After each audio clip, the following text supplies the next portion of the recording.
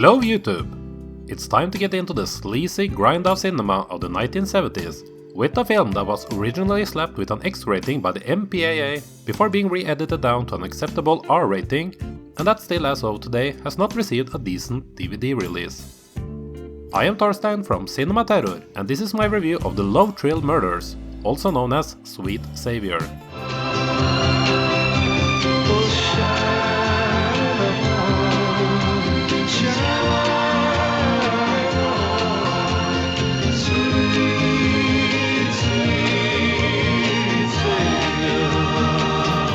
Talking about the plot for this film is very easy, as there is hardly any plot to be found in the Love Trill Murders.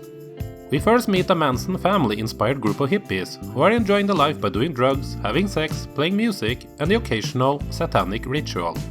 Their leader, Moon, has gotten the gang invited to a party with some upper-class rich people. The party goes on well with fun drinking games like saying dirty words. Everybody say cunt. Oh, damn it, must I? Everybody say it.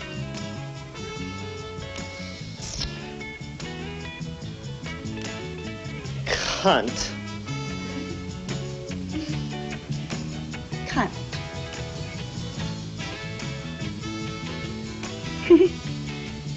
Cunt. Before it eventually turns into a drug-fueled orgy. What the rich people do not know is that Moon has other motives than just having fun. What occurs after the orgy?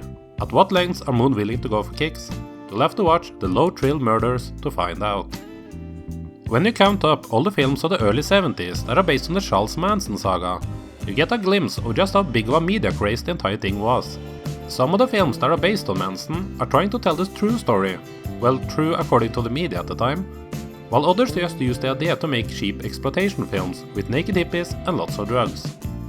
The Love Trill Murders falls into the later category, as this is just a sexploitation film with little attempts or fucks given to give any realistic portrayal of the characters.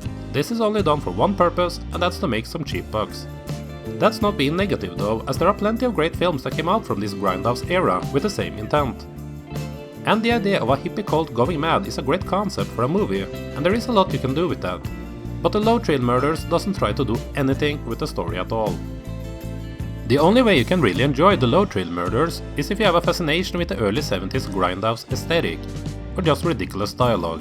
The film has both, in that it looks and feels authentic, and you can't help but wonder how cool this film could have been if there had been some more effort put into it. The dialogue is just laughable, and could have made the film become a fun, so bad it's good type of film if it had played up the humor a bit more. He recruited these hippies right off the street. When Mark realized what Moon had going for him, he took him for a drink somewhere and made arrangements for a quiet little drug and sex party here. The leading character Moon is played by Donahue, and he had quite an interesting story before venturing into this film. He became a teen idol in the 50s and 60s after breaking out in the 1959 romantic drama A Summer Place, but fell into a hard place in the late 60s, having to file for bankruptcy and losing his home in 1968, later blaming the downfall on out of control alcohol and drug abuse. This does explain how he ended up in this film. I would not be surprised if he and the rest of the cast was high most of the shoot. I wish I could say that he stood out as Moon and was able to show how he was the biggest star in the cast, but nah. He came off one-dimensional and did not manage to give a strong portrayal of what a charismatic cult leader should be. The rest of the characters doesn't really stand out that much from one another.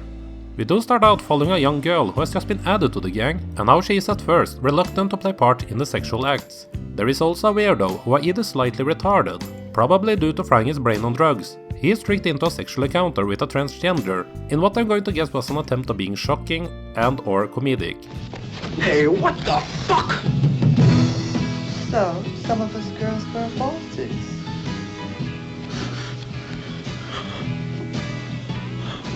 Christ's sake. You're looking like a Bulgarian soldier. You son of a bitch, you're a man! Calm down, bully boy. I tell you, I'm all woman. Haven't you ever heard of Denmark?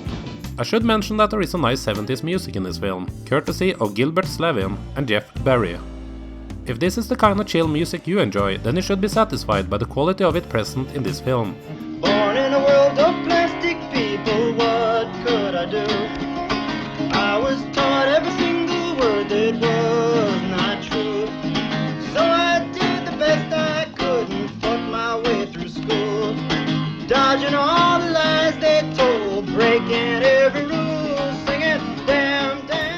As mentioned, this film originally got an X rating before being cut down to an R.